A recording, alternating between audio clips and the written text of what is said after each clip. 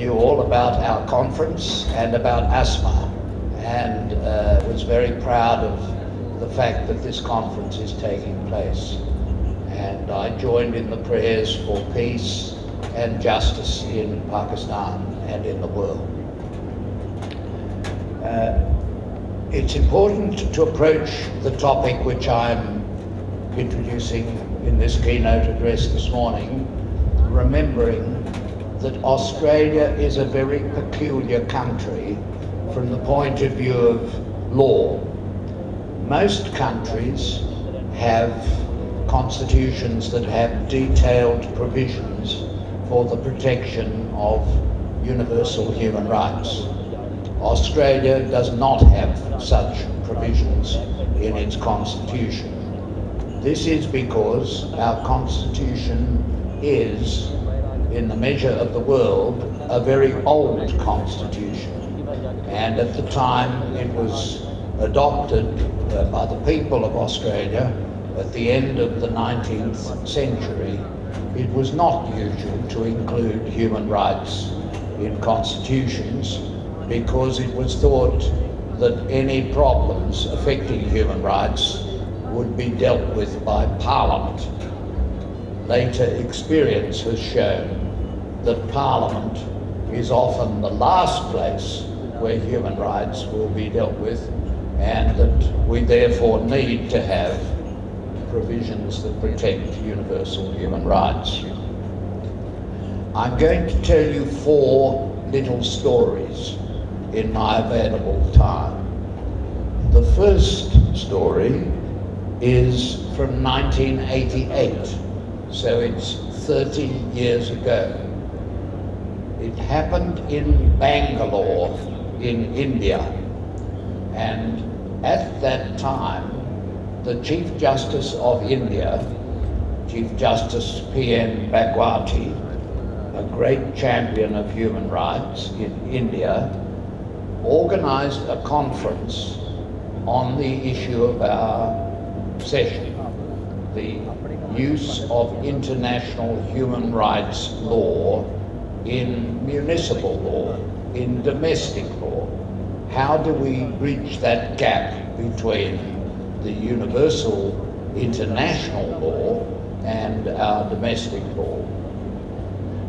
And present at the conference was Chief Justice Muhammad Hamid of Pakistan, and there were many judges from around the Commonwealth countries. There was one non-Commonwealth judge present, and her name was Ruth Bader Ginsburg, who is now a justice, a very famous justice, still serving on the Supreme Court of the United States of America. And we had a very good conference, like this conference, with many like spirits together, and we agreed on the Bangalore Principles. The Bangalore Principles are very important for the subject of this session. They were signed by Chief Justice Hamid, and by Chief Justice Bhagwati, and by me, and by Judge Ruth Bader Ginsburg. And the Bangalore Principles say this, that if you have a problem as a judge and you have no clear law of your own to apply to the problem, or if the law is ambiguous, then you can fill the gap or resolve the ambiguity by reaching out to international human rights law. That was the Bangalore idea.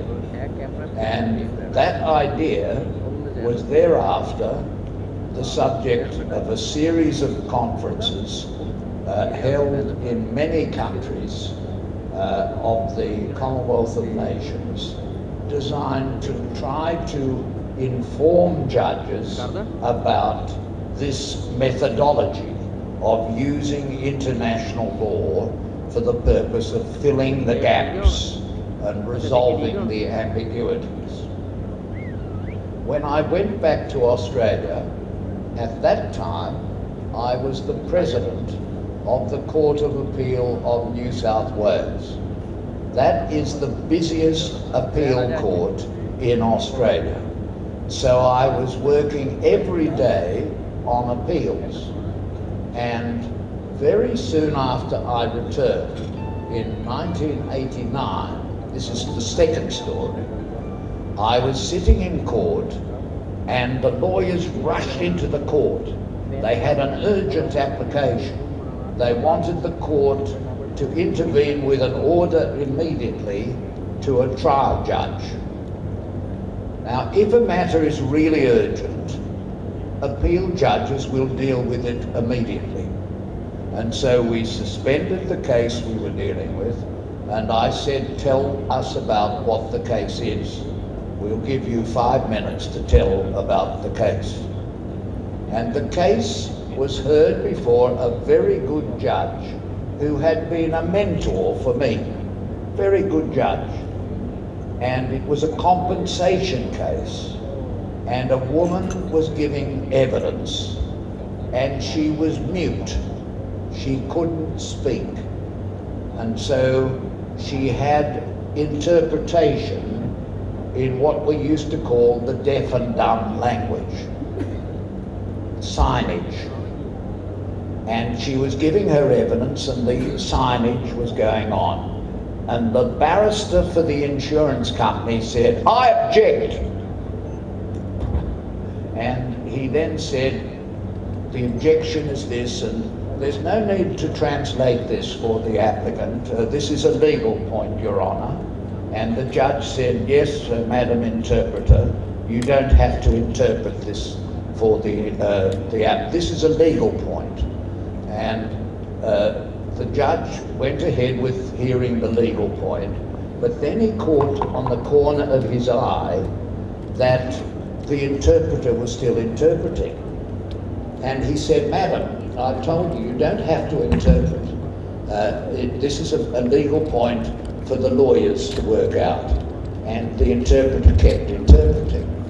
And so they went on with the legal point, and the judge saw that the interpretation was still going on. And he said, Madam, I am in charge of the procedures of this court, and I have said that it is not necessary for you to interpret.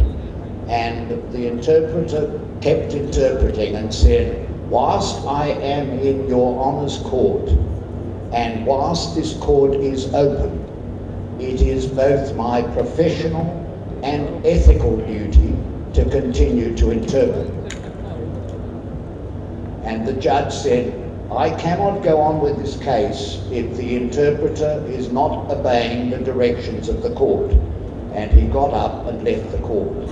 So they rushed up to the Court of Appeal and they said, we want an order in the nature of mandamus. I imagine you have a similar order. An order to a public official directing them to fulfill their public duty. And they said, we need to have an order to tell the judge that he has to hear the case and allow the interpretation whilst the court is an open court. And so my two colleagues and I went off the bench and we went into my chambers and we looked up the law on interpretation, and the High Court of Australia, which I later joined, was over us, so we had to see if the court had said anything on this. But as usual, they were no use at all. They said, whether you have an interpreter or not is in the discretion of the trial judge, because the circumstances are always different. And so that didn't resolve our point. And we couldn't find any point right on the issue. But then we looked at the Human Rights Commission Act, which annexed the International Covenant on Civil and Political Rights. And Australia had signed the International Covenant. And we found in there the provision in the International Covenant that if a person is giving evidence in a court and needs an interpreter, they must be provided with an interpreter. And that, we said, means so that they understand what is going on. And so we filed back into court, we gave leave to intervene, we allowed the application, and we directed the judge to proceed and to allow the interpretation to continue.